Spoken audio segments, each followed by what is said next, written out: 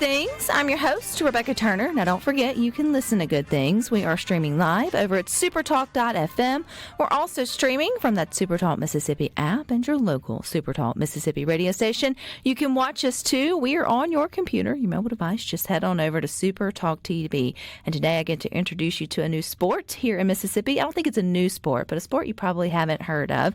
And they've got the World Championship headed to here in central Mississippi. That's the Scottish Masters World Championship of Highland Games. And joining us is Keith Berry. He's one of the athletes. And this is also in conjunction with Celtic Fest, which this is the 34th annual celebration of that. So it's going to be a fun weekend. Welcome, Keith. Morning. Okay, so I am, like I mentioned before, fairly familiar with Highland Games. But when someone asks you, Keith, what is Highland Games? How do you explain that to them? The first thing I say is, it's the thing where the men throw the telephone pole and they go, I've seen that. Yeah.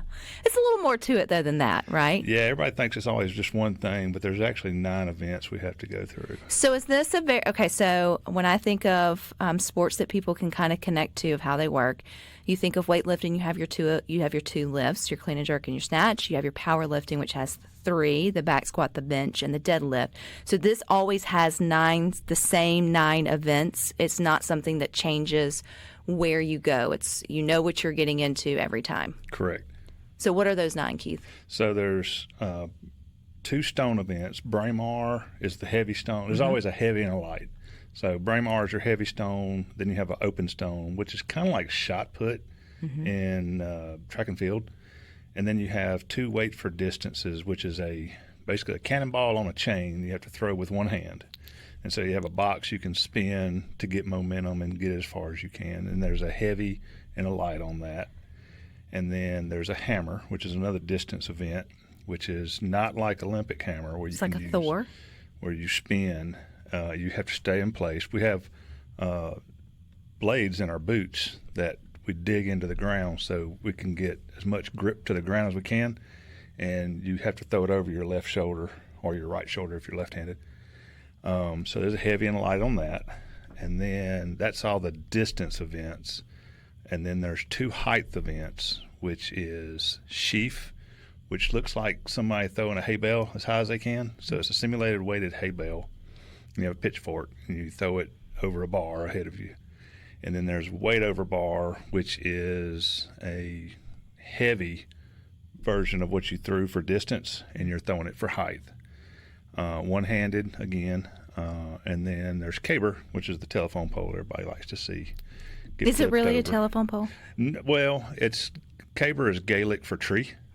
And so back when it was started in Scotland years and years ago, they think it was used to bridge creeks and rivers, a way to take a log and flip it so it would go over a creek so they could go across it. Scholars think that's the best idea. So how long have the Highland Games been a thing? I know obviously it started in Scotland. Several hundred years. So yesterday. So this is a new sport. So when I said new sport, that's the furthest thing from the truth. But is it, maybe not new, I mean it's been around. Is it growing in popularity here in the States more? Yeah, it seems to be more popular in the States than it is in Europe. Really? Mm-hmm. That seems backwards to, the sport that I enjoy, which is strongman, is way more popular in Europe at the moment than it is here in the States, but gaining popularity. So how did you find your way to the Highland Games, Keith? Just went to Celtic Fest and saw them over there throwing, and they have a Scotch tasting on Friday night at Celtic Fest. And if you have never tasted good Scotch, it's a good way to go try a good Scotch, and that was my idea. And saw him over there throwing. I told my wife, I said, I'm going to go check this out for a minute. After you had the Scotch? Before. Because that's a story. You should never let your husband have Scotch and then go throw trees. So I walked over there, and they were showing they showed hammer and a couple other things. And I was like, this is fun. How do I get into this? And they said, be here in the morning, 8 o'clock. And so after drinking all night, I put my kilt back on and went out there that morning and threw and got 3rd place, and I was hooked ever since. So. You had a kilt already, Keith? Mm-hmm. That's just something that was in your repertoire? Me and a buddy of mine on a dare bought one the year before, and so we had one for Celtic Fest. It feels like all the pieces aligned for you to find this sport, Keith, which I guess this coming up October, which it is October, so it's going to be, October the 11th and 12th? That'll be the Highland Games part of it, but it'll actually start the night before. They have I think the the whiskey tastings that night before, and a couple of little bands playing at Celtic Fest. So this isn't just a traditional Highland Games. This is the World Championship. So did you have to win a game or two to get qualified for these particular events? Yeah, the way they do it, there's a worldwide registry called heavyathletes.com, and you can go on there. And any game you go to, your scores are put into that program. And from, June to June, your scores are racked and stacked against everybody in the world. And so the top 10 in the world get an invite. And so if you're top 10 in your category, you get an invite to go to Worlds. So it could all come from the same country. They could all come from, you're just the top 10? Correct. Oh, that's cool. And not good. I think in my category there's one guy from Germany and one from Poland that are kind of making the way and the over. rest are American. When I was looking at our rankings, after about 15, you see a lot of Europeans in there. But up to the top 15 were pretty much red, white, and blue.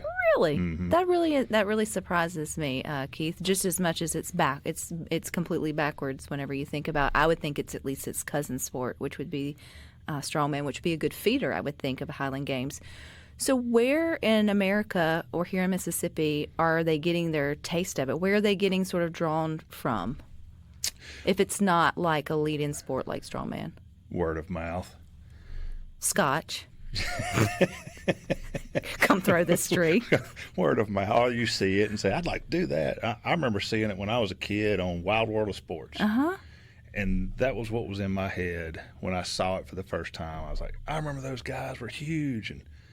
And I think of myself as small still. Like, body dysmorphia, I have it. I'm a little guy in my head. You're not little. You may be up against some of your competitors. I haven't seen them, and I do know what, in the world of strength sports, some gentlemen can look like. But to the average bear, I would say you're not a tiny Tim. I am dead average. My wife says I can normally pick you out in the crowd every day of the week, but when we get to these events, she goes, you're just an average-looking guy. And it's fun being the same size as everybody.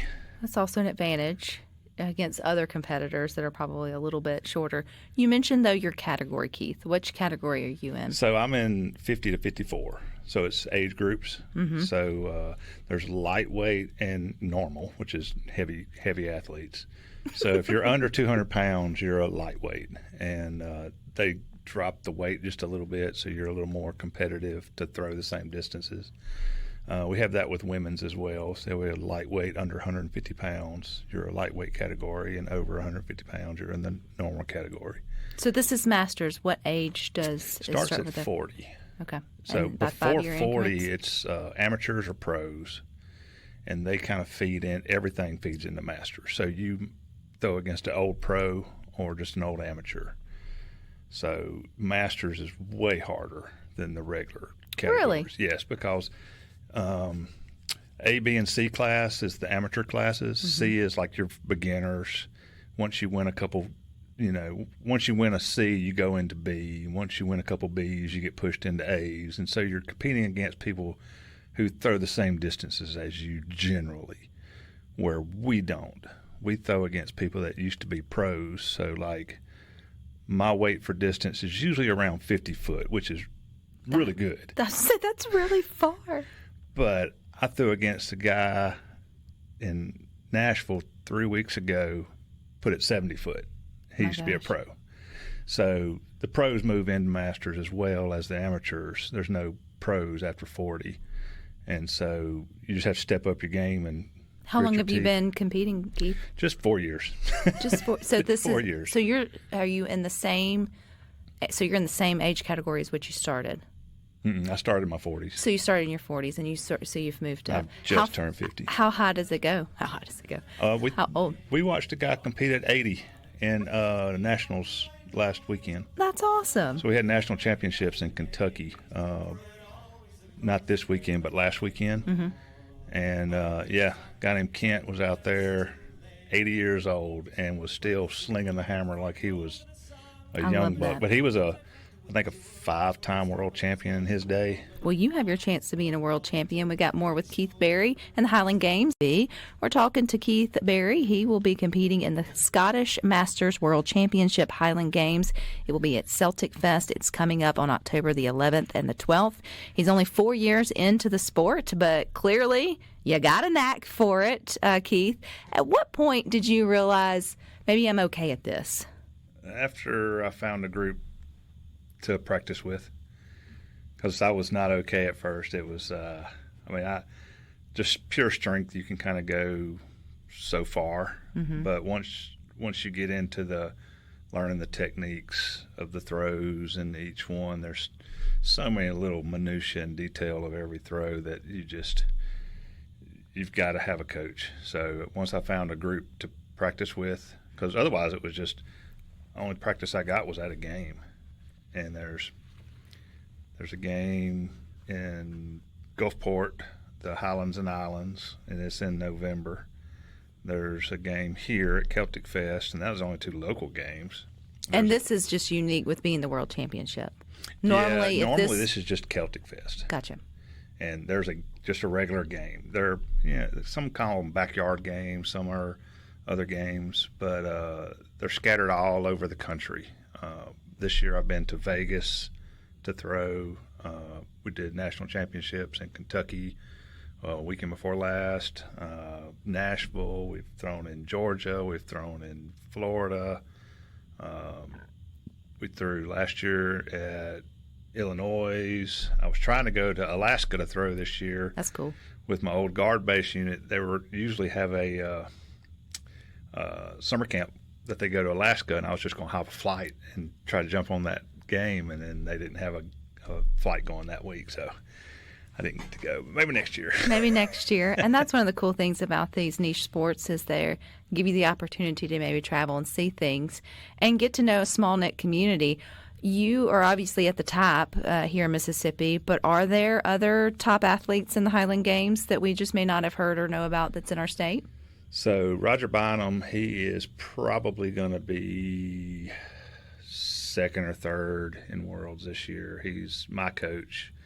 He comes from a throwing background and track and field. He was a coach out at Belhaven and a couple of. They actually call him Coach. If you hear them talking about him on the, because there's always a guy with the PA and he'll talk about you, make fun of you, just kind of keeping the crowd amused. Gee, thanks. And it's never personal. It's just always in fun. But where they'll call my name, they won't say Roger Bynum. They'll say Coach is over here doing this, so everybody knows him as Coach. Is he still from the central Mississippi area? Yes, sir. Yeah, he is from right around. He lives in Ridgeland, so right here. And then we have 2 other members that will be in Worlds of our team, Brad Lovejoy and Emily Satterfield. She lives down at the coast, but she's part of our practice group. So talk about your team, because obviously it's a niche sport, and you get better when iron sharpens iron, as they say. I love that saying. Yeah, well, it's true. And when you find like-minded people, even if they come from different walks of life and you share that same interest, it can be all the difference in the world. I've made some of the best friends from all over the United States and now the world for this little niche sport for us old ladies in our 40s. But so talk about your team. Kind of how does that come together? We're a sponsored team. We have we came together year before last and kind of made an actual group and we elected positions. I'm the president this year and last year. We've got sponsors, and I'll go over my sponsors later on if you want to.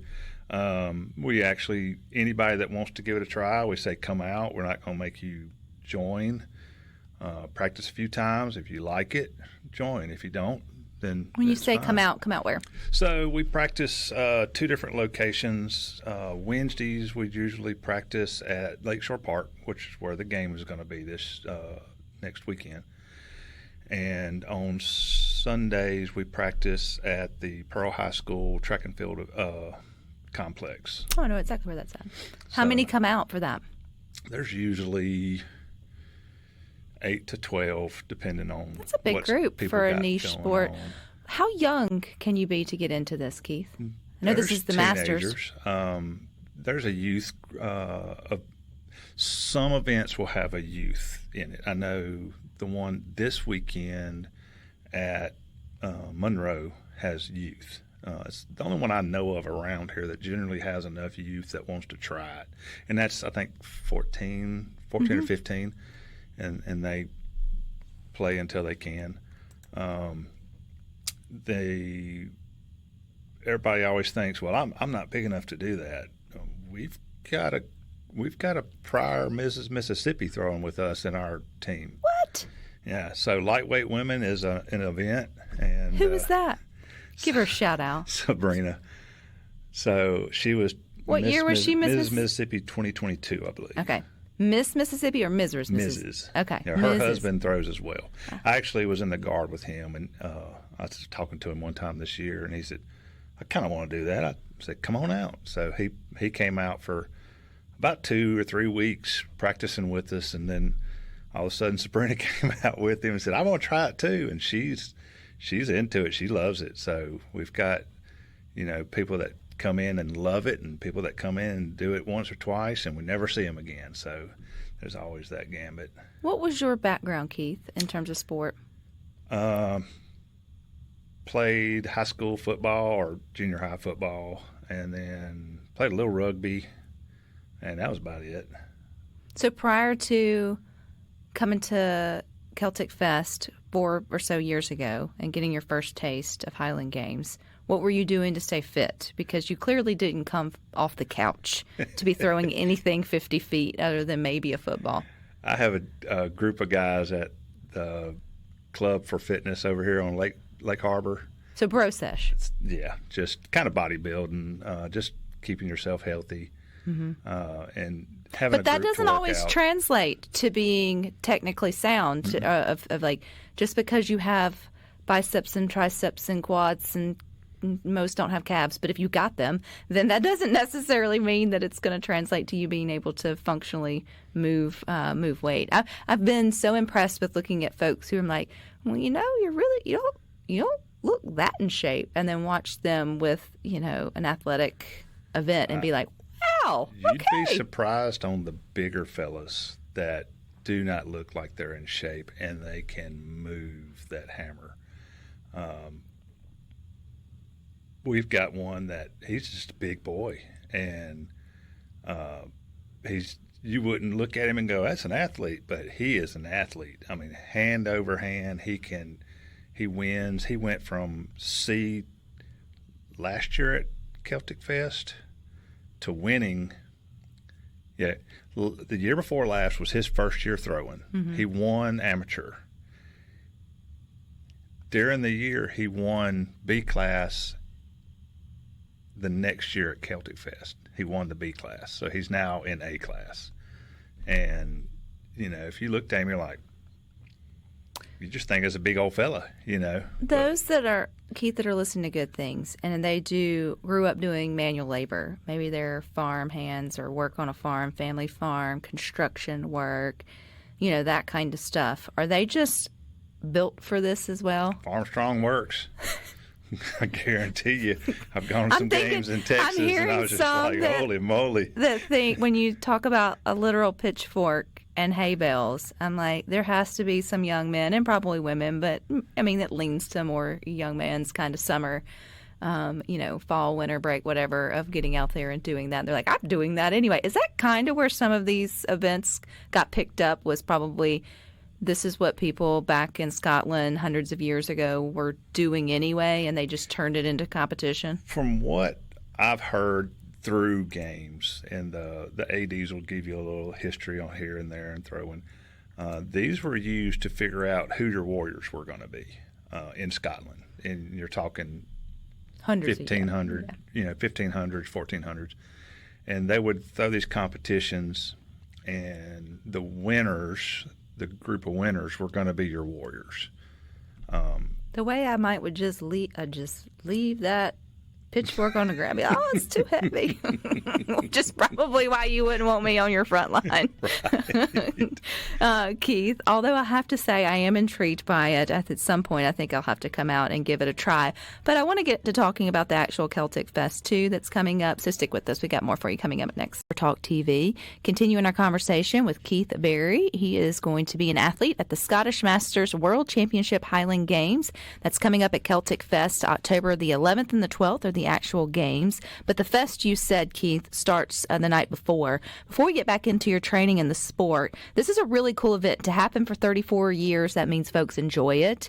I think it's also real cultural. People enjoy coming out and sort of seeing that part of it. So what do you know about the actual festival for those who aren't throwing heavy things? You know, it used to be at the Ag Museum, and everybody would see it going down Lakeland Drive. And then when it moved over to Lakeshore Park, everybody just thought it disappeared because they don't do the best job on advertising for it. So you just kind of have to know it's coming or see a sign on the side of the reservoir. But the breeze coming off the water cools it off a good bit. So it was so much nicer of a location to have everybody standing in the heat. And there's trees, so you get a little shade. And there's a lot of vendors come out, and you get the Scottish egg, and you have the Scottish cows over there that your kids can come pet, and you have last year they had armor fighting, like they're in full suits of armor with axes and beating the crud out of each other. That was kind of cool to watch. Is that a sport, or is that just like you pay your $10 and get to put on armor and go after someone? Because that would be a great fundraiser for something. I saw them going at it at Nationals in Kentucky and talked to a couple of them, and I'm like, how did you get into this? It's the same thing you just asked me. How did you get into this? And they're like, well, we played D&D a lot as kids and learned how to make armor. Well, the most interesting folks, I'm sure you would meet there as well. So it sounds like it's a good family event. Is this a free event? Is it one that if you come, do you need tickets or anything like that? You do need to buy tickets. I believe they're $20. Don't quote me on that. Maybe $15. Is that for the fest, or the whole total event to get in? Okay. It's kind of like walking into the fair. You got to pay to get in, but after you pay to get in, you can buy. They have alcohol. There's beer. There's food vendors. There's lots of cultural events where they'll either be telling stories to kids, where there's storytellers, or there's dancers dancing. Do people come dressed up in their Scottish get-up? Yep, and there's usually a kilt vendor most of these events. So if you want to buy a kilt. So like in powerlifting and weightlifting, you have to wear a singlet to compete. Do you have to wear a kilt to be in Highland Games? You do. And the athletes will wear one from a company called Sport Kilt. They're lighter. They Velcro on and off real quick. They're generally have a little emblem on the corner that's yellow. Looks like the Ferrari emblem, but that's the Sport Kilt. And you'll notice all the athletes have pretty much wear the Sport Kilts. Is it airy? We always wear something underneath them. You know what I was asking. I have had kilt overhead moments where I tripped and fell. So I wear a pair of biker shorts under mine. That's the American flag. And the last time I fell like that, I was on my head, and my fellow competitors started saying the national anthem to mess with me. But we always wear it. And that's a traditional way of wearing a kilt. If you're out there just kind of walking around, it's up to you. But we appreciate the American flag. We make sure you wear underwear because little kids are around there. Yeah. They won't see that. Well, there you go. Exactly. You took the words right out of my mouth, Keith. Okay, going back to, you asked me to ask you about something. So the broken caber. Yes. So the broken caber is actually, and we're talking about people who can do these events. We have an adaptive group out of New England area, and they are over a group called the Broken Caber, and they're missing legs, missing the guy that's running it says I have one ankle and one knee and no ankles, and I saw him video of him throwing last weekend in Georgia, And so I have two people that are trying to break into the sport. We're trying to get them a Paralympic throwing chair right now. So it kind of pairs over to that. Oh, that's cool. So you can, because they're both spinal injuries, so no feeling from the waist down. So you kind of have to have something that you can push, pull to throw. And so we're working on getting an adaptive group down here that I'm going to start coaching with those guys. So no excuses is what I'm hearing. Yeah, I never skip leg day because I know these guys, It's like, what am I fussing about? I've got everything right now. So, no excuses. If you want to do it, you can do it. And I've always said too, Keith, just about the different niche sports I've fallen into over the years. If it looks curious, like if you see it, I feel like we're very similar in how we wound up in the places we're at. You saw it one day and you said, "Well, that looks cool. I want to give that a try." And then you go and you kind of have a knack for it and you kind of run with it. And I think don't let your fear of like looking silly or not being good at it first, because it took you a while to get to the World Championships for you. In that way, and put a lot of effort sort of into it. The technique to it is strength of skill. Is that what as they say in this particular sport? Strength is helpful. Mm-hmm. Technique is the world. Last year at Worlds, a guy about this much shorter than me and half my size kicked my tail from Tasmania. He just happened to be living in America, and it was just pure technique. I mean, just pure technique. Yeah. So it's kind of like I told you earlier, it's like a golf swing. There's 15 different things you got to think of to do a proper golf swing. Well, I have 9 events with that 15 different things. So you're never going to learn it by yourself. Get with a group. Find somebody that's What's your favorite of the 9 events, Keith? I like caber. So explain that to us. Flipping the tree. Oh, that's a tree. Okay, so explain the event to us. So for caber, 2 people will stand the log up for you, and then once you have it, they clear out. You have to work your way down to the bottom of it and get the pick, is what we call it. And you're just clamping down on it, throwing it in the air and catching it, and then stabilizing it. Once you get stabilized, you're going to walk in a line, and that determines your clock face. For you younger viewers, a clock used to be with numbers going around it, and 12 was straight ahead. So when you flip it, it has to turn. It has to totally flip over, and then the end is on the clock face, and that's how the judge is going to judge it. So at 12 o'clock is your perfect throw. And from 9 to 3 is good. But anything... How long is the tree? It can be different lengths. It's generally about 15 to 20 foot, depending on the class. How heavy is the log? That also depends. Kind of depends on the group you're throwing with, generally. If you've got some guys that are lighter guys, you'll pick a lighter caber. If everybody throws at 12 o'clock, you'll go back, get a heavier caber, make it more challenging for your next 2 throws. Everybody gets 3 chances on all the events. So who's coming in to put this on? Is there Danny Webster, the greatest guy ever. He is the AD for our region, the athletic director. His company is called Backyard Rebellion. You can go to backyardrebellion.com and look up any games he has. So, and you can sign up for the games on that site, and it'll show. There's another AD called Kerry. I can't remember his last name. He has another group kind of further up by the Kentucky area. Mm-hmm. He also goes through Danny's site. So you can choose 2 different ADs just going right there. You can message Danny. He can get you in touch with us if you want to try to practice with us. Or if you're in another area, he kind of knows all the guys to where all the games are. So, what's your least favorite event of the 9, Keith? Braemar. And what is that? It's a heavy stone event, but you don't get to move in the box. You squat and throw. And how heavy is the stone? 23, 24-pound stone. Natural stone? Mm-hmm. So you got to find a place for it to fit in your hand good, and then you kind of shove it against your head. Is that the one that's more like shot put? It's very much like shot put, except you don't move. The open stone, you actually move. You can do the South African spin or any kind of crow hop like they do in actual track and field. And I like open stone. Yeah. I can't stand Braemore. Well, not events. You're going to have your good ones and your bad ones. But, okay, Keith, so everybody needs to come out to Lakeshore Park, and that would be October the 11th and 12th, to see the Scottish Highland Games Masters World Championship. Super cool. Good luck to you. We'll definitely keep up with you.